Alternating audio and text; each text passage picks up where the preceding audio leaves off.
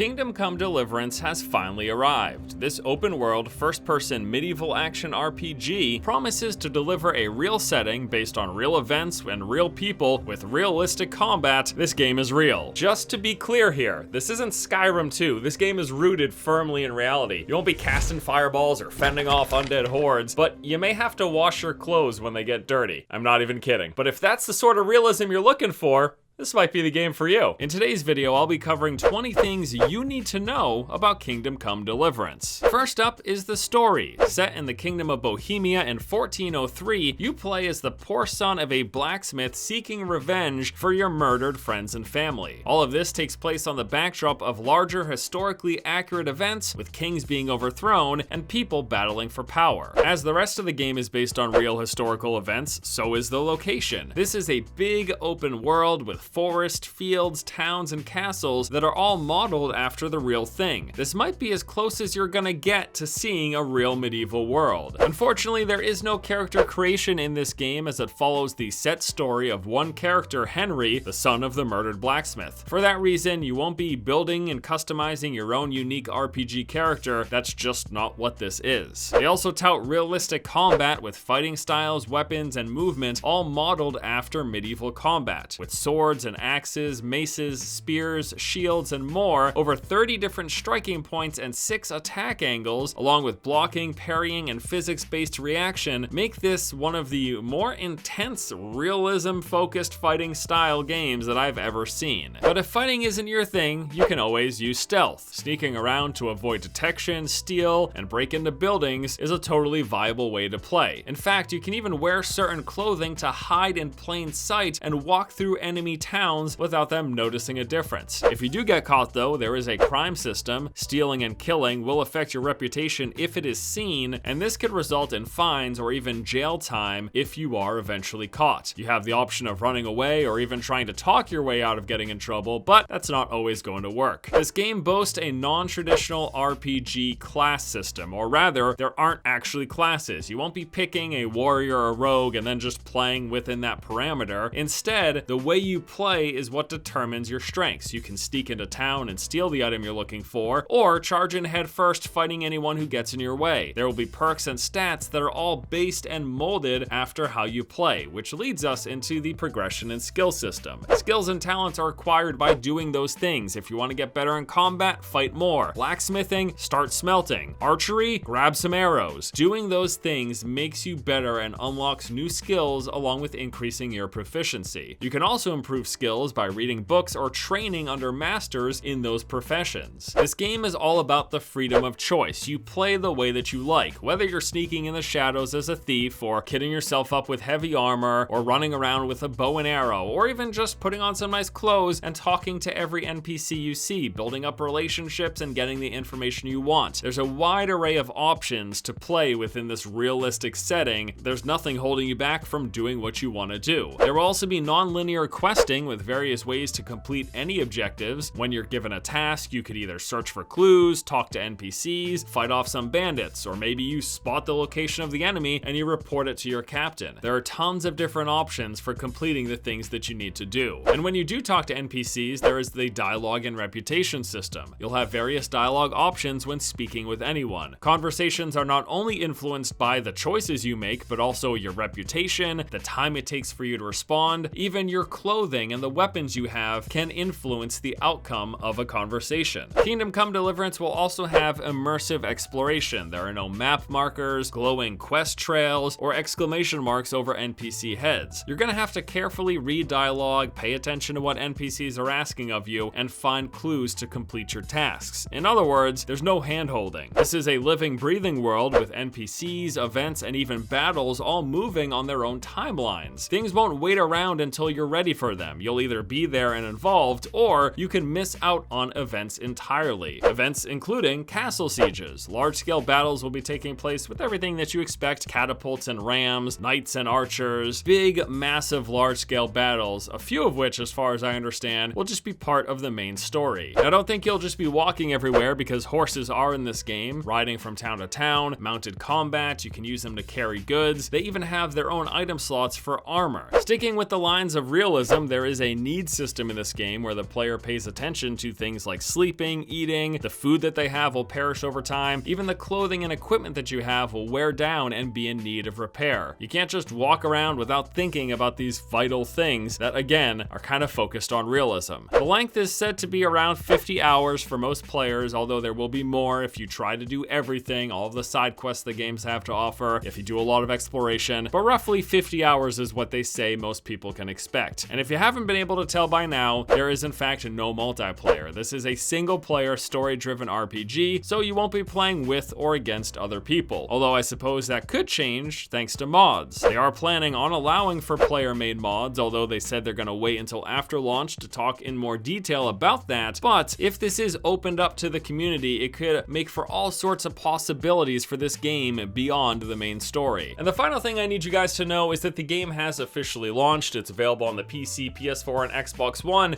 and the reviews are in, and they're a little bit mixed. Basically, a lot of what I'm getting is that the fundamentals, the ideas, and the things that this game are trying to do are all fantastic, but it's kind of covered with a layer of jank and quite a few bugs really hinder the experience. Now, if that's something that you're willing to suffer through and you really want a realistic RPG, there's not a lot of them out there, and looks like it's really trying to deliver on those things. So maybe with a bit more time to iron out those bugs and fix some of that jank, this could be a really fantastic experience. And again, if that's what you're looking for, it might be worth checking out. Personally, I like a little more fantasy in my RPGs, but that's just me. All right, guys, that'll do it for today's video. Thanks so much for watching the 20 things you need to know about Kingdom Come Deliverance. I'll see you next time.